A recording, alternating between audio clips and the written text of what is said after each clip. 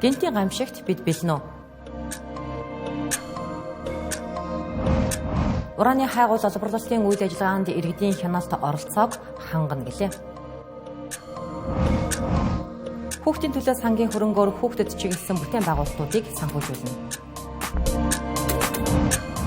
Уур амьсгалын өөрчлөлт хүний эрүүл мэнд, хүнсний аюулгүй байдалд хэрхэн нөлөөлж байгааг 1 жилийн турш судалжээ.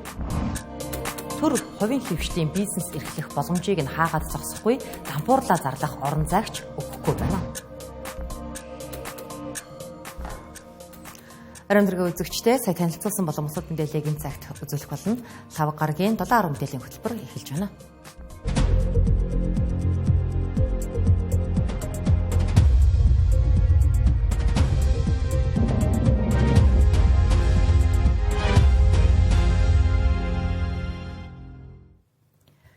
Гинтийн гамшигт үзэгдэлд бид бэлэн үү? Энэ асуултанд ямар ч үед хариулахад бэрх. Гэхдээ Дүнжин гарвын уулзалт гарсан ослын үеийн нөхцөл байдлаас хариултыг нь харж болно.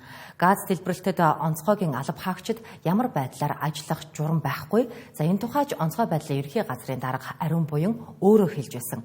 Огт тулгарч үзаагүй газ дэлбэрэлт гэлтгүй. За бид жил бүр тохиолддог их хэмжээний түймэр, үер, усны аюулын үед хэн, яаж, ямар зохион байгуулалттайгаар ажиллах вэ гэдэг төлөвлөлт хаа учир дутагдaltaй байгаа юм а. Ялангуяа хүний амнаас эрүүл мэндийг сахин хамгаалах учиртай салбар бүрч анхаармаар сэдв болжээ. Дүрлэлцэж байгаа галт төмөрийг унтраах ажлыг онцгойгийн алба хаагчид өдөр тутамдаа хийж байна. Өнгөрсөн 3 дугаар сард 103 аймагт гарсан галыг унтраахад 1000-аад хүн гар бие оролцсон. Үүн дотор эмч эмнэлгийн ажилтнад хүртэл багтаж байлаа. Ялангуяа амь зуулганы эдэн малаа алдсан малчдад эрүүл мэндийн үйлчилгээ үзүүлэх эмч нар дутагдaltaй байсан учраас Улаанбаатар хотоос сэтгцэн эрүүл мэндийн үндэсний төвийн эмч нарыг аваачжээ. За гэтэл нэг асуудлыг шийдэхийн тулд нөгөө талд бүхэл бүтэн нэмэлгийн үйл ажиллагааг доголдуулсан байдал нь төлөвлөгөөгүй байгаагийн илэрлэглээ.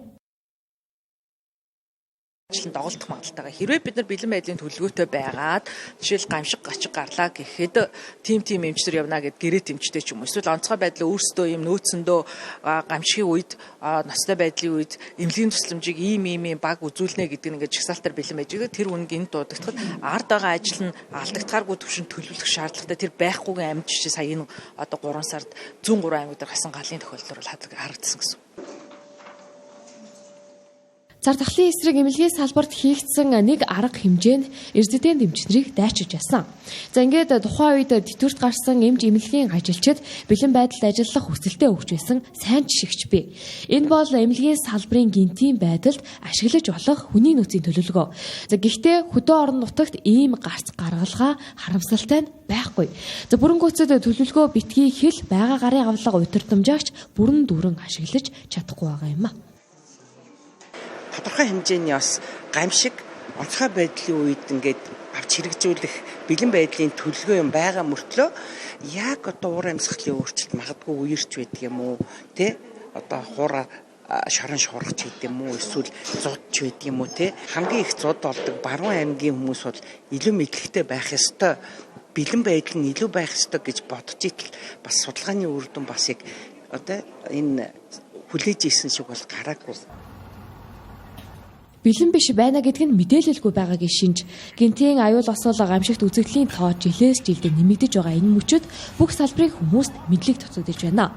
За үүнийгийн ч бүгд хүлээн зөвшөөрч сургалтад хамруулахыг зөвлөлөө.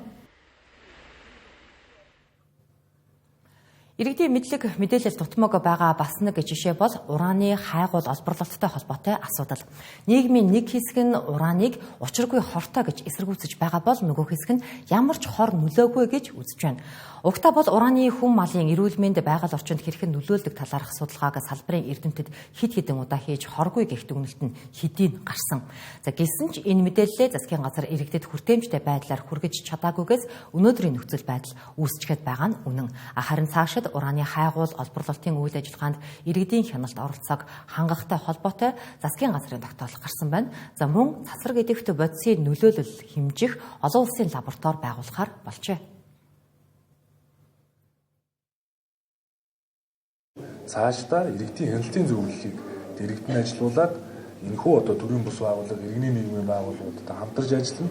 Шинжлэх ухааны академи, эрдэмтэн судлаачид өнгөрсөн хугацаанд энэ төсөл дээр 122 хүний бүрэлдэхүүнтэй ажиллах үед 6 сайдаар ажлын хэсэг ахлуулж ажиллах үед 3 одоо гадаадын зөвлөх үйлчилгээний компани ажилласны нэг нь бол олон улсад зөвшөөрөгдсөн байгаль орчны зөвлөх компани.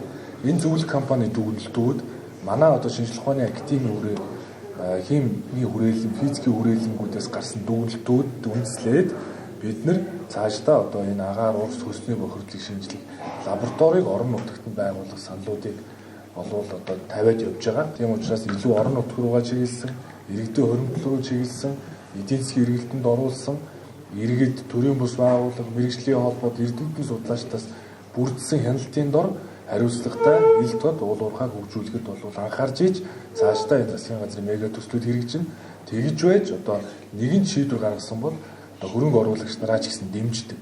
Хөрөнгө оруулагч хувийн хвшлээч гэсэн одоо сонсдог. Иргэний нийгмийн байгууллагуудаа бас сонсдог ийм одоо бас экосистем бүрднэ гэдгийг би бас хэлье.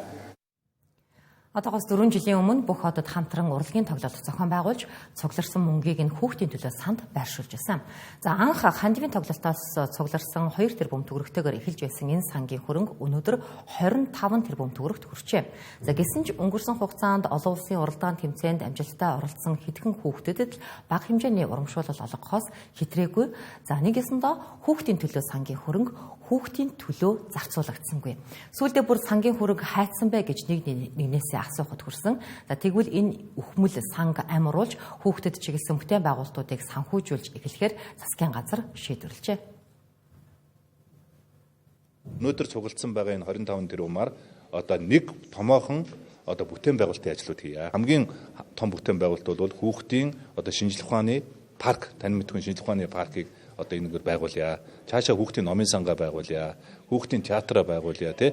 Ийм маягаар одоо ингээд ийм олон хэсэг хуваагаад ингээд нэг одоо найрамдлын засварч гэдэг юм уу, тий. Ингээд тавьчихдгүү. Ингээд томоох жил бүхэн яг энэ хүүхдийн төлөө санд цугласан мөнгөөр жилд нэг удаа ийм томоохон бүтээн байгуулалтуудын ажлуудыг хийя л гэсэн ийм л одоо юу гарч байгаа шүү дээ, тий. Хүүхдийн төлөө сангийн хөрөнгийг ирээдүйд болсон хүүхдийнхээ төлөө захиран зарцуулахаар болсон нь сайн хэрэгэ. За гэхдээ сангийн менежментийг хэрхэн авч явах, их усүрийг нь хэрхэн нэмэгдүүлэх нь чухал. За учир нь өнөөдөр автомашины Азийн дугаарын дуудлага худалдаанаас өөрөөр энэ санд орлого орж ирэхгүй байгаа. За энд цаашид их усүрийг нэмэгдүүлэх хувилбарыг засгийн газар хайж байгаа гинэ. Өчигдөр ерөнхий сайдын хийсэн үндэсний одоо зөвлөлтөөр бол нэг шийдвэр гарсан нь бол энэ дан ганц одоо ингээд энэ хүүх юуны машины Азийн дугаараас орлого олохоо болёо. Ерөөсөө энэ хүүхдийн сангийн фондын сангийг арвижуулдаг олон их усүрэгтэй болъё. Тийм ээ, олон их усүрэг. За жишээлбэл одоо аж ахуйн нэгжийн орлогын албан татврын 1% аж ахуйн нэгжтэй үлддэг болсон шүү дээ, тийм ээ. Тэгэхээр тэр аж ахуйн нэгжийн 1%-ийг одоо аж ахуйн нэгж хүсвэл одоо энэ хүүхдийн төлөө үүсэд хандив өрөхөд энэ хүүхдийн төлөө фондын нэг их усүр болгоё. Хүүхдийн төлөө сангийн хөрөнгө төсвийн нэг хэсэг гэж явдаг байсан. Иймдээч зарцуулалт хийх эрх нь саяхны хүртэл хаалттай байсан. Харин цаашид зарцуулалт хийх эрхийг нь нээлттэй болгоно гэлээ. За гэхдээ зарцуулалт нь хэн хяналт тавих нь тодорхой биш юм. Энэ онд хууль хэрэгжүүлэгч 3 том институтийн дарга нарын бүрэн эрхийн хугацаа дуусаж байгаа. Хэдхэн хоногийн өмнө ерөнхий сайдын санал болгосны дагуу авилгатай тэмцэх газрын дарга Дагштайваа болон ерөнхийлөгчийн санал болгосны дагуу улсын ерөнхий прокурор Жаргал сайхан нарыг улиран томилсон. За харин одоо улсын хурлын даргын санал болгосны дагуу улсын ерөнхий аудитороор Загджавын оронд магнас сүрэнг томилохоор улсын хурл хэлцэж эхэллээ. За хөгжлийн банкны хэрэг нь эзлэгдээгүй байгаа түүнийг үндэсний аудитын газрын даргаар томилохыг төсвийн байнгын хорооны гишүүдийн олонх нь дэмжлээ. Ирэх 6 жилийн турш улсын ерөнхий аудитороор ажиллахаар нэр дэвшиж байгаа Сандгийн магнас сүрэн гэж хэмбэ. За тэрээр өмнө нь 3 чамны төрийн нарийн бичгийн дараагаар ажиллаж байсан эрхцүүч мэргэжилтэй нэгэн. За мөн хөгжлийн банкны хэрэгт холбогдож шүүхээр цагаатгаж байсан ч за оны өмнө тус шийдвэрийг хүчингүй болгосон. За ингэснээр тэрээр ахин шалгагдахаар байгаа юм. За гисэн ч энэ талаар нь өнөөдөр ганц гишүүн асууж тодорхойлсонгүй. Та бол одоо төсвийн шууд зархичээр төрийн албанд мэргэжсэн хүн би хараа тусаар ажиллаж чадна гэдэгт буруу итгэлтэй байна. Энэ дээр та ялангуяа бид нар аудит дээр гол нь гүйцэтгэлийн болон нийслэлийн аудит гэдэг имийг маш их чамбааруулах хэрэгтэй байна гэж харж байна. За магнас сүрэн даргыг бол бас сайн мэднэ. Төрийн албанд олон жил ажилласан дадлага дуршлагтай. За өнөөдрийн хүү яригдж байгаа албанд шаалжсан шаардлага хангаж байгаа юм хүн гэж тэр утгаараа бас би бол дэмжиж байгаа. За мөн аливаа асуудалд одоо түрүү олон гишүүд ярьж байна шүү дээ. Ашиг сонирхлоос ангид байх, улс төрөөс ангид байх, гадны нөлөөнд автахгүй байх гэдэг. Энэ бүхнийг бий болгохгүйгээр гарах гарцнууд ерөөсөө л хиймэл яваа. Аудитын байгууллагыг улсын хурлдах цөөнхөөсөө тавьдаг тийм жишг Европын орнууд ч байдаг. Тэгжээж хяналтыг хэрэгжүүлдэг. Хараа тусаар ажиллах боломжийг нь гаргаж өгдөг. Одоо хамгийн гол нь юу болчиход байна вэ гэхээр энэ улсад ч нэг тийм хяналт гэдэг юм байхгүй боллоо л. Ядаж сөрөг хүчин хяналтаа их өстой, сөрөг хүчин хамтарчлаа, 3 нам хамтарсан засгийн газар бий боллоо. Та сайн хүн байж болно. Та төрийн мэргэсэн хүн байж болно. Өнөөдөр ингээд та нэлээл их махтаа сонсож байна таны тухай. Би таныг мэдэхгүй л д. Гэхдээ ямар ч сайн хүн байгаад улс төрийн шахалт хараа тусаар ажиллах боломжийг хангахгүй болдгоо л байхгүй юу? Миний хувьд бол одоо бас төрийн байгууллагад 20 гаруй жил, 25 6 жил ажилласан. За энэ хүрээнд бол бас олон зүйлийг бас үзсэн. За дээр нь одоо бас туршлага суусан. Юу гэж хэлэх чинь нөхөр зэрэг ер нь бол альч байгууллага иргэдэд олон нийтэд үйлчлэх үүргээл хуулийн хүрээнд шудраг шуурхай хийчихвэл их өөрчлөгдөх ёстой гэж ингэж ойлгодог. 2023 онд улсын хэмжээнд хэрэгжсэн 400 орчим төсөл арга хэмжээнээс 170-д нь нийцлийн аудит хийтэл 80 орчим тэрбум төгрөгийн зөрчил илэрсэн. За эндээс харвал хий үн өсгсөн асуудал байсан гэсэн үг. За урьдчилсан аудитаар энэ мэд зөрчил гарахаас сэргийлж болно. За нэг ясандаа үндэсний аудитын газар ажлаа хэр сайн хийхээс шалтгаалж улсын төсвийн хөрөнгөөр хөгжиж байгаа бүтээн байгуулалтад үр ашигтай цаг хугацаанд ашиглалтанд орох нь мөн хамаарна гэсэн үг.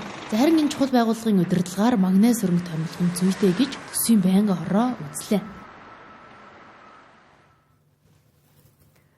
Урамсгалын өөрчлөлтөд хүний эрүүл мэнд, хүнсний аюулгүй байдал ямар нөлөө үзүүлж байгааг Аярын судалгааны хүрээлэнгээс 1 жилийн турш судалсан байна. Ингээд хэд хүйтэн халуун цаг агаарын нөлөө хүмүүсийн зүрх судасны өвчлөлийг өдөөж байгаа нь харагджээ. Төвийн бүсийн нутагт хүйтэн өдрийн тоо нэмэгдэхэд зүрх судасны өвчин нэмэгдэх хандлагатай. За гэхдээ илүү өртөж байгаа нь эрэгтэйчүүд байна.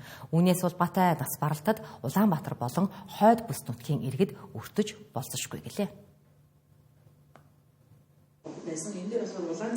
Зүрх судасны өвчлөлийн эрсдэл хүйт нөхцөлд нэг өдөр халуун үед хэд хоногийн дараагаас нэмэгддэг. Тухайлбал Өмнө Гав аймагт 20-30 градус хүртэл халах үед зүрх судасны өвчлөлт өртөх магадлал буурч байна. Харин эсэргээрээ хүйтрэх тусмаа бүр нас барах эрсдэл богино хугацаанд гарч ирж байгаа нь харагджээ. Баруун бүсийн хувьд Увс аймагт 20-45 градус хүйтрэх үед зүрх судасны өвчний улмаас нас барах эрсдэл 1-4 хоногийн дараа огцом нэмэгддэг. Нөгөө талд амьсгалын замын өвчлөлөөс болж нас барах эрсдэлд өртөх магадлалтай нь эмэгтэйчүүд.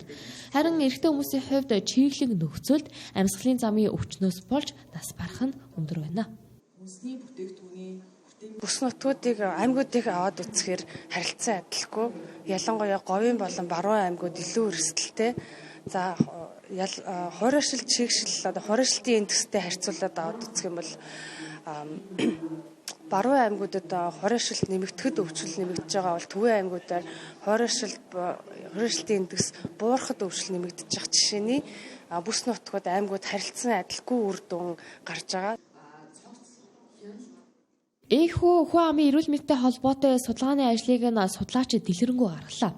Одоо харин бодлого боловсруулагчид үүнд чиглэсэн арга хэмжээ авах үлдээд байна. Судалгааны нөхцөл байдлыг харвал бүсээсээ хамааран өөр нас баралтын шалтгаан харагдана.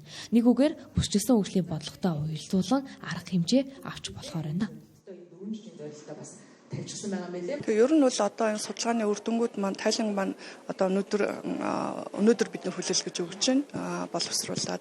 Тэгээ энэ судалгаа маань үндэсний хэмжээнд анх удаа хийгдэж байгаа. Дээр нь шинжлэх ухаанд одоо нотлохонд суурилсан ийм маш том суур дата гэж үзэж болно. Тэгэхээр энийг цаашид одоо холбогдох яам тамгын газрууд маань бодлого үйл ажиллагаанд одоо энэ суур тайлан одоо судалгааг бол ашиглах байхаа гэж ингэж найдаж байгаа. Арга хэмжээгээ төвлөрөх боломжтой. Манай улс уур амьсгалын өөрчлөлтөд эрчимтэй өртөж байгаа 10 улсын нэг. 1945 оноос хойш буюу сүүлийн 80 жилд дундаж температур 2.5% нэмэгдсэн. Харин дэлхийн дундаж температур 1.4 хэм байдаг. Ингээ харвал манай улс бусад орноос илүү уур амьсгалын өөрчлөлтөд өртөж байгаагийн цаана иргэдийн аймнаас эрүүл мэндэд учрах нөлөө дагаад нэмэгдэж байгаа юм а.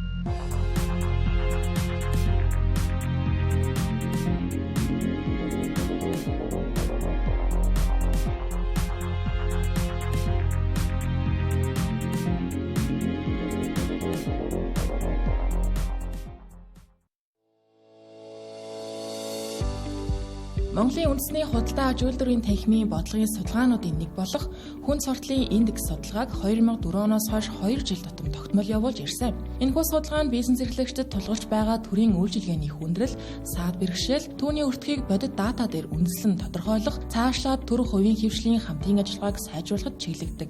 2024 оны судалгаагаар бизнесийн үйл ажиллагаатай холбоотой төрийн үйлчилгээний хүн суртлын индекс 285 оноотой байгаа нь 2021 оны судалгаанаас бага зэрэг сайжирсан хандлага ажиглагдаж байгаа хэдий ч төрийн үйлчилгээ авахд шаарддаг мэдээллийн хүртээмж, ойлгомжгүй байдал, бодлого боловсруулахад бизнесийн бодит оролцоо хангалтгүй, давхарсан зохицуултууд ихтэй, цаг хугацааг ихээр алддаг төрийн үйлчилгээний үйл явц зэрэг анхаарах шаардлагатай асуудлууд байгааг судалгааны дүнгээс харж болохоор байна.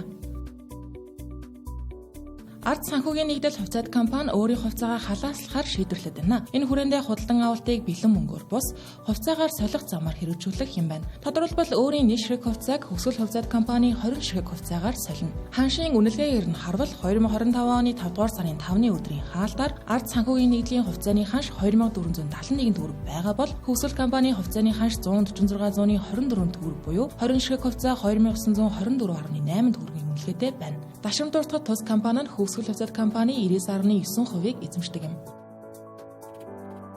Монголын хөрөнгийн биржид бүртгэлтэй Атар өргөө хувьцаат компани ээлжид хувьцаа эзэмшигчдийн хурлаа өнгөрсөн сард хийхээр төлөвлөж байсан ч хойшлогдсон. Тодорхойлбол тухайн үед хурлын эрдэс нь хуульд заасан хэмжээнд хүрээгүй шалтгаанаар хойшилсан юм. Тэгвэл тус компаниас хурлаа энэ сарын 16-нд хийхээр дахин зарласан бөгөөд төлөөлөн удирдах зөвлөлийн гишүүдээ сонгох, өнгөрсөн оны үр дүнгээ батлах зэрэг асуудлыг хэлэлцэх хүлээлттэй байна. Үзэгч та Тэнгэрийн телевизийн 7 мэдээллийн хөтөлбөрийг үзэж байна. За улс орныг чирч хөгжлийг түүчээлэгч хувийн хөвшлийнхэн татварын хувь хэмжээ, тогтолцооны тогтворгүй байдал, авилга, улс төрийн гинтийн шийдвэрээс болж дампууралд ойрхон байгаагаа нийгмийн сүлжээнд идэвхтэй илэрхийлж байна. За энэ бүхэн жижиг дунд бизнес эрхлэгчдэд илүүтэйгээр нөлөөлж бизнесийн орчныг хөндрүүлж байгааг тэд учрууллаа.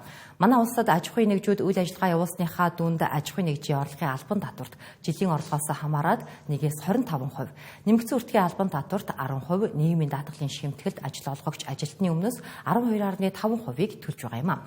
Амьдралаа авч явахын тулд хувийн бизнесээ эхлүүлсэн ч татварын дарамтаас болоод хүндхэн байгаа аж ахуйн нэгжүүд олон цаашлаад татвараас зугтахын тулд хоёр тайлан бэлддэг болсон нь энгийн үзэгдэл мэт байгааг бизнес эрхлэгч хэлж байлаа.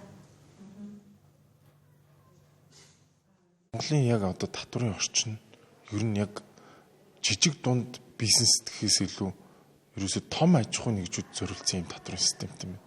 Тэгээ одоо манай дээр ингээд аюул олон залуучууд ирээд ингээд 7 хоног болго хилцүүлэг өрнүүлж байна л та. дандаа жижиг дунд бизнестэй залуучууд ир. Тэгээд яг эхнээсээ ингээд яг гоё бүх юм ном журмаар төлөөд явангууд эцэстээ юу болж байгаа вэ гэхээр дандаа татврын өртөл болж байгаа юм. Тэгээ юу нөгөө бизнес эрхлэх, ашиг олох, юу одоо үр хөвгөдөд хичээх болоо тэгээ сүүлдээ ингээд дампуураад өрөнд ороод ингээд дууст юм. Тэгээд ерөөсөө энэ татврын тогтолцоо маань хүмүүсийг татвараа нуух энэ зүйл рүү ингээд ерөөсөө түлхэгчт юм. Тэгээ ерөөсөө тэнд одоо өнөөдөр ингээд ярьж байгаа залуучууд ингээд харангуут Монголд бизнес хийж эхлэнэ гэдэг бол тэр хүн потенциалны гэмт хэрэгтэн болж хуурж байгаа. Зүгээр бизнес хийж эхэлсэн тэр өдрөөс ахуулаад татвараа нуун дарагдуулагч тэ зөрчлийн хэрэгтэн магадгүй цаашлаад эрүүгийн гэмт хэрэгтэн болох ийм л нөхцөлийг манай Монгол улсын энэ татврын орчин бүрдүүлчихэл гэдэг ийм л юм ярьж байна. Одоо жишээ Монголд бол тоочогддог зөндөл болон бэрхшээлүүд гэлдэг штэ тэ зэлийн өндөр байна, татвар өндөр байна гэх мэтчлэн ажиллах хүч олдохгүй байна гэх мэтчлэн тэр бүгдээрээ зүгээр хэцүү хүн бэрхшээл гэхээс илүү зүгээр өгдөл бодит байдал юм болоо гэж бодож байна л да. Манай улсын эдийн засгийн 70%-ийг бизнес эрхлэгчид бүрдүүлдэг гэх албан бус тоо байдаг. Нэг үгээр хамаг л ачааг аж ахуй нэгжүүд үүрч байна. Гэтэл төрийн цаад санаа нь ялангуяа жижиг дунд бизнес эрхлэгчдэд унгаах бодлого хэрэгжүүлдэг гэлээ. Татвараа нуулаа гэж хувийн хвшлийг чичилдэг. Гэтэл өөрсдөө татвараа нуух нөхцөл рүү түлхэж байгаагаа төр өнөөдрийн хүртэл ойлгохгүй байна гэсэн шүүмж тасрахгүй байна. Энэхүү төр бизнес эрхлэгчтэй дампуурл руу түлхчгээд эргээд босох орон зайг нь ч олгохгүй байна.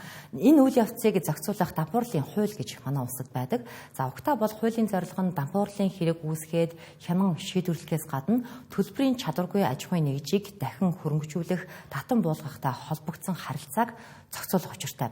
За нэрнээсээ л айдас дагуулсан энэ хууль компаниудад дампуурлаа зарлах орон зайг нь олгохгүй. Гэсэн хэрнээ эргээд хөл дээрээ зогсох боломжийг нь гаргаж өгдөггүй байна. Хамаг хөрөнгийг нь тонох маягаар үйлчилж байгаа хуулийг өөрчлөх шаардлага өнөөдөр усаагаар мэт хэрэгтэй болжээ. Хуулийн дагуугаар одоо дампуурлах гэхээр дампууруулдаг ч юм уу те эсвэл одоо дахин хөрөнгөжих боломжийг нь хаагаад идэг гэдэг нэг ийм асуудал яригддаг. За дахин хөрөнгөжих хэднэр асуудал дээр бол хэдий дампуурлын тоо хуулийн дээр дахин хөрөнгөжих талаар зохицуулт байгаа боловч нөгөө байдлаараа шүүгэн шийдвэрлэх тоо хууль болон иргэний эрхийг хяналтжуулах тоо хууль, эрүүгийн хууль гэдгээрээ ерөнхийдөө л өөр төлбөртэй байх юм бол тэр байгууллагын бүх данс юмыг нь хаагаад нэр дээрх байгаа хөрөнгөө гэдгийг нь тухайн одоо үнийн дүнд нийцсэн ч нийцээгүй ч бүгднийг нь хаагаад хорчхоор тэр байгууллага одоо яаж дахиж одоо бизнесээ сэргээх, бусад одоо энэ хүмүүсээс авсан байгаа авлагыг яаж өөр төлбөрийг нь төлж барагдуулах гэдэг талаар ерөөсөө ингээд хаалттай. За одоогоос 3 жилийн өмнө аж ахуй нэгж компаниг дампуурхаас өмнө арга хэмжээ авч эрсдлийг нь бууруулдаг болгоно гэд засгийн газраас төлбөрийн чадваргүйлийн тухай хуулийн шинжилсэн найруулгын төслийг өргөн барьсан. За гэвч өмнөх парламентын босхийг давж чадаагүй. Гэтэл энэ хууль яг одоогийн нөхцөлд бизнес эхнийг аврах зэвсэг болох байж. За үйл ажиллагаанд хүндэрсэн компаниг дампуурхаас өмнө эрсдлийг нь зогсоож аль эсвэл үлдсэн хөрөнгийг нь хөрөнгө оруулагч нар тэнцүү хуваах зэрэг олон хамгаалтыг хийж өгөх байжээ. Энэ компанийн үйл ажиллагаануудын шаардлагагүй эсгүүдийг татан буулгаад шин зохион байгуулалтанд оруулах хүүхдийг одоо хөрөнгө оруулсан хүмүүс болон тухайн компани одоо хувьцаа эзэмшигчдийн хоорондын дунд нь шүүхийн одоо оролцоотой томилогдсон хэрэг гүйцэтгэгч энийг яг бизнесийн зарчмаар шийдээд энэ компани татвар төлөгчдийг авардаг. Энэ цаана ажиллаж байгаа одоо ажлын байрыг нь хадгалж үлдэх ийм л зорилготой хууль байдаг. Тэгэхээр энийг хийж Монгол улсад энэ компаниудын зоон барьцсан гэж ярьдаг шүү дээ. Ингээд татан буугчж болдгоо, үйл ажиллагаа явуулж болдгоо. Энийг зэгцэлнэ. Төр бизнестэйгээ хутгалдаж байгаа цагт аж ахуй нэгжүүд хүчин мөхөсдөх нь тодорхой. Хотын дарганд хүртэл дотоодын бизнес эрхлэгчтэйгээ өрсөлдсөн шийдвэр гаргаж байгаа энэ үед дампуурсан компаниудын тоо улам л нэмэгдэнэ. За хоёр чихнээс өөр хөрөнгөгүй хоцорсон бизнес эрхлэгчид сэтгэл амарч дампуурлаа зарлаж чадахгүй хамаг хөрөнгө хураалгаж байгаа цагт улсын орлогыг бүрдүүлэгч компанийн тоо буурна уу гэхээс нэмэгдэхгүй нэ. Мэдээ өргөлжилж байна. За, ихтэйд сургуулиуд 10 дугаар сарын 1-ээс 7 дугаар сарын ихэнх хүртэл хичээлдэг байх хувилбарыг салбарын сайд ярьж байна. Зарим ихтэйд сургуулиудын зүгээс ч энэ хувилбарыг эрэх намраас эхлэн туршиж үзэхээр төлөвлөж байгаа гинэ. За, хэрвээ энэ шийдвэр хэрэгжиж эхэлбэл олон талын ач холбогдолтойг сайд нь ярьж байлаа. Ихтэй сургуулиудын хичээл эхлэх цагийг 10 сарын 1-ээс болгохын ажил ялангуяа шүтээс өөрөө санаачлаад явж байгаа. Судалгааг нь хийж байна. Ер нь бол маш боломжтой хөлбөр гэж харж байгаа. Бүх ихтэй сургуулиудаас манайхан асуугаад явхад бол энэ бол хамгийн боломжтой байна гэсэн ийм хариу хэлж байгаа. Яагаад вэ гэж. Нэгдүгürt энэ үлрэлч нь одоо дулаан цагт бас ашиглах хэрэгтэй. Дээр нэмээд ихэнх улс орнуудын ихтэй сургууль өөрөө 10 сарын 1-ээс эхэлж идэх тийм ээ. Ийм байгаа. Тэгэхээр энэ одоо юутай бас холбоотой. Нэгдүгürt. Хоёрдугаарт нь бол ер нь төгжрөлийн төвлөрөлтэй ч бас холбоотой. Гуравдугаарт нь ер нь зуны энэ улирал 7 сарын их хүртэл ер нь хичээлчих нь зүйтэй байна. Энэ зардал чимнэн олон асуудлыг шийдэхэд хэрэгтэй байна гэсэн юм байна. Намар төхүүлээд зуны ихэн одоо дунд сарын үеэр бол яг ингээд судалгаа хийгээд бүх одоо ихтэй сургуультайгаа ярилцаад ингээд эхлэх юм болж байгаа. Дэлхийн ихтэйд сургуулиудад суралцах, тэтгэлэг авах, олон улсад ажиллах залуус заавал IELTS-ийн шалгалт өгдөг. За энэ шалгалтыг дэлхийн 140 гаруй орны 1300 гаруй тестийн төвд авдаг юм байна. Манай улсад аль биесны 4 дахь шалгалтын төвийг Монгол улсын их сургууль British Council боловсролын байгууллагатай хамтран IELTS Center ном нэртэйгээр байгуулжээ. Англи хэлний мэдээлгээ олон улсын түвшинд батлах IELTS-ийн шалгалтыг дэлхийд даяар 11,000 гаруй байгууллагууд хүлээн зөвшөөрдөг. Залуус дэлхийн хэмжээний боловсрол эзэмшгээр тэмүүлэн IELTS-ийн оноо авах хэрэгцээж нэмэгдэж байна. IELTS-ийн шалгалтын үндсэн 4 ур чадварын аль нэгэнд нь хангалтгүй үнэлгээ авсан үед шалгалтыг олон удаа өгөх хүндрэлтэй тохиолдлууд байдаг байна. Монгол Улсын их сургуулийн харьяа IELTS Center нам төв нь энэ асуудлыг хөнгөлөн One Skill Retake буюу зөвхөн тухайн хангалтгүй үнэлгээ авсан чадварын шалгалтаа дахин өгч оноогоо ахиулах боломжийг олгох юм байна. Монгол Улсын их сургуулийн одоо дэргэд байгуулагдсан 2-дугаарт олон улсын боловсролын байгууллагатай хамтран байгуулсан гэдгээр бол онцлог байгаа. За 2-дугаар гол онцлог бол Монгол Улсын их сургуулийн эрдэмтэн профессорууд эрийг түшиглэж байгуулагдсан. За эхний шатанд бол олон улсын англи хэлний шалгалтыг авна. Хоёрдугаар шатанд бол одоо олон жилийн туршлагатай багш мэргэжилтэн профессорудаар одоо сургалт хичээл заалгаж сургалт явуулах IELTS бэлдэх үндсэн хоёр зорилготой байгаамаа. Мөн энэхүү шалгалтын төвд шалгалт өгөхөд хариу нь хурдан хугацаанд буюу 1-5 хоногт гарна. Гадаадын ихтэй сургууль аль бие усны шалгалтын төвөөр дамжуулан илгээсэн IELTS-ийн оноог хүлээн зөвшөөрдөг тул тус шалгалтын төвөөр дамжуулан сонирхсан сургууль руугаа оноогоо явуулж болох юм байна. Сургууль дээр бол анх удаага ийм шалгалтын төв нээгдэж байна. Энэ бол өөрөө цаад мөн чанараараа бол бас бид нар зөвхөн эрдэм мэдлэгийг түгээх биш, эрдэм мэдлэгийг одоо бас хэрэглээ болгох, эрдэм мэдлэгийг капитал болгох. Тэгээ нэг сургуулийн хувьд ч гэсэн одоо энэ бол бас санхүүгийн хувьд тиймээс сургуулийн бус ийм одоо орлогын их үүсвэрийг бас тавьж байна. IELTS-ийн шалгалтыг амжилттай өгснөөр гадаадын өндөр хөгжилтэй улс орнуудын ихтэй сургуулиудад тэтгэлэгтэй суралцахаас гадна уг шалгалтын оноогоор эсэлтийн ерөнхий шалгалтын үнэлгээнд дүүцүүлэн дотоодын ихтэй сургуулиудад элсэн суралцах боломжтой байдаг байна. Жил бүрийн 5 дугаар сарын эхний 7 хоногт үндэсний бичиг үсгийн баярыг тэмдэглэн өнгөрүүлдэг. За энэ өдрүүдийг тохиолдуулаад Монгол Улсын их сургуулийн оюутнууд Өндөргийн Занбазарын Мэндэсний 390 жилийн ойг тэмдэглэн түүний зохиосон соёмб бичгийн үзэсгэлэнг дэлгэжээ.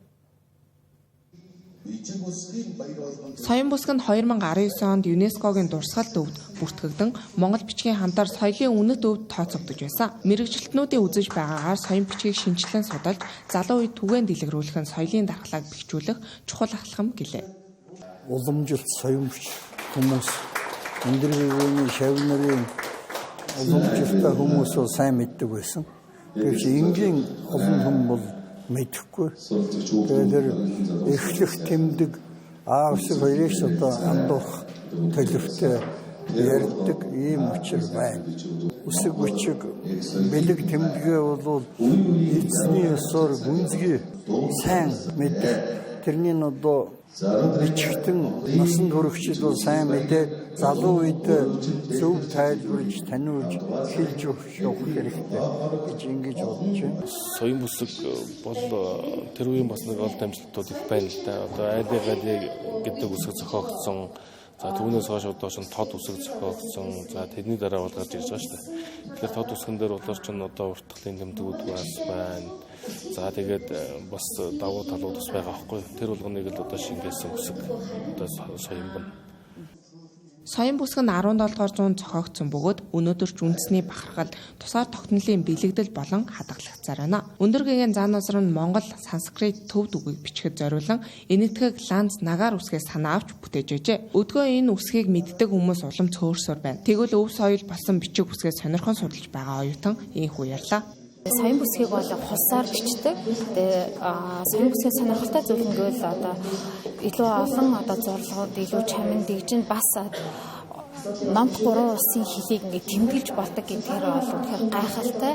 Тэгээ яг одоо бидэнд өнөө анх зохиогдсон цагаас эхлээд өнөө хүртэл уламжлагдаад ирсэн бол тийм ээ магадгүй дэлхийн бүх хэлийг ингээд тэмдэглэхэд одоо зориулагдсан энэ гайхамшигтай үсэг юмаа. Соён бүсгэн зөвхөн бичиг үсэг бус бэлэгдлийн шин чанартай тэмдэг бичгийн хэлбэр юм. Соён бичгийн шашны бэлэгдэл гүн ухааны утгыг агуулдаг. Тухайлбал соён тэмдэг дээр байгаа гал, нар, сар нь оршихуйн мөнхийн шинжийг илэрхийлдэг байна. Тэнгэрлээс олоор мэдээллийн хөтөлбөрөөр үзүүлээ. Хамтдаа анхаарал хандуулсан танд баярлалаа.